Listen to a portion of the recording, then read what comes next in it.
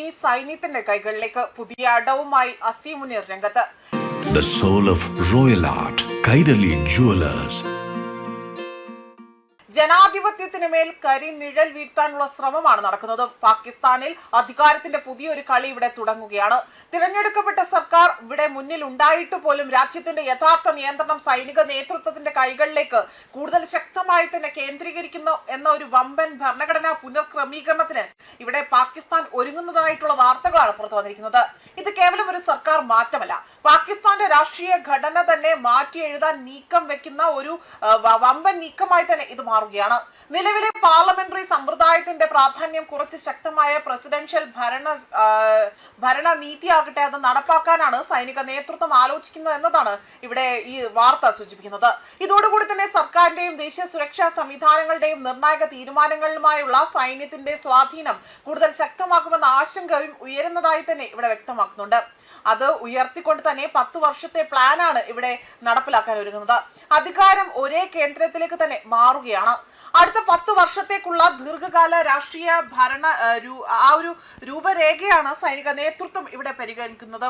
അതുമാത്രമല്ല, field marshal Azeem മുനീറിന്റെ നേതൃത്വത്തിൽ രാജ്യത്തിന്റെ രാഷ്ട്രീയ ദിശ തന്നെ മാറാനുള്ള ശ്രമമാണിതെന്ന വിലയിരുത്തൽ പോലും ഇവിടെ ഉയർന്നു കേൾക്കുന്നുണ്ട്.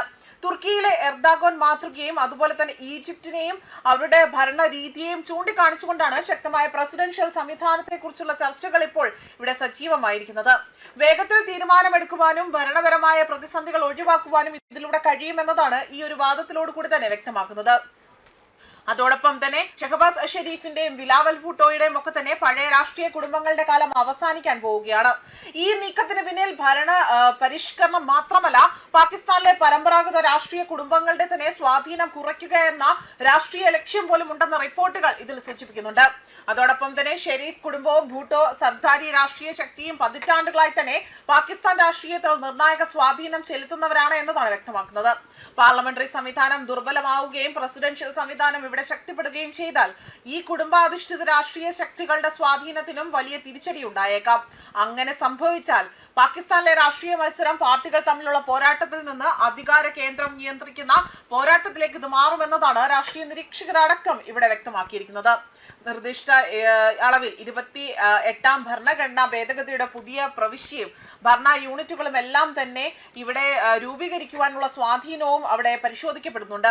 സാമ്പത്തിക വിഭവങ്ങളുടെ വിതരണത്തിലും മാറ്റങ്ങൾ വരുത്തുവാൻ ഇവിടെ പദ്ധതി ഉണ്ട് എന്നതാണ് സൂചന. ഇത് നടപ്പാക്കിയാൽ പാകിസ്ഥാന്റെ ഭരണ സംവിധാനം മാത്രമല്ല, കേന്ദ്രവും ആ പ്രവിശ്യകളും തമ്മിലുള്ള അധികാരം, അതിന്റെ സന്തുലിത അവസ്ഥയും എല്ലാം തന്നെ മാറിമറിയും. പാകിസ്ഥാനിൽ സൈന്യത്തിന് ഇവിടെ രാഷ്ട്രീയത്തിൽ സ്വാധീനമുണ്ടെന്ന ആരോപണം അവിടെ പുതിയതല്ല.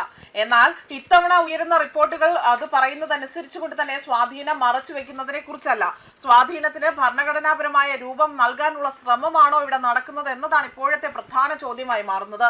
തകർച്ച നേരിടുന്ന പാക് സാമ്പത്തിക രംഗത്തെ വീണ്ടെടുക്കാൻ തന്നെ സൈന്യത്തിന് കൂടുതൽ അധികാരം നൽകുന്ന ഒരു സ്പെഷ്യൽ ഇൻവെസ്റ്റ്മെന്റ് ആ ഒരു ഫെസിലിറ്റേഷൻ കൗൺസിലിന്റെ ആ ഒരു രീതിയിൽ ഇത് 10 വർഷത്തെ സാമ്പത്തിക റോഡ് മാപ്പ് ഇതിനോടൊപ്പം തന്നെ നടപ്പാക്കുമെന്നതാണ് വ്യക്തമാക്കുന്നത്. ഖനനം, പ്രതിരോധ വ്യവസായം, വിദേശ നിക്ഷേപം എന്നിവയിൽ സൈന്യത്തിന് നേരത്തെ തന്നെ അതിൽ നേരിട്ട് നിയന്ത്രണം ലഭിക്കുന്ന രീതിയിലാണ് ഇത് അവിടെ ക്രമീകരിച്ചിരിക്കുന്നത് എന്നതാണ്. എന്നാൽ പോലും പാർലമെന്ററി ജനാധിപത്യം തറക്കുന്ന ഈ ഭരണഘടനാ തിരുത്തലുകൾ രാജ്യത്തെ രാഷ്ട്രീയ പാർലമെന്റിൽ തന്നെ അല്ലെങ്കിൽ രാഷ്ട്രീയ രീതിയിൽ ഇത് വലിയ രീതിയിലുള്ള എതിർപ്പുകൾ ഉണ്ടാക്കാൻ സാധിക്കുമെന്നതാണ് മറ്റൊരു കാരണമായി തന്നെ പറയുന്നത്. ന്യൂസ് ഡെസ്ക് കർമ്മ ന്യൂസ്.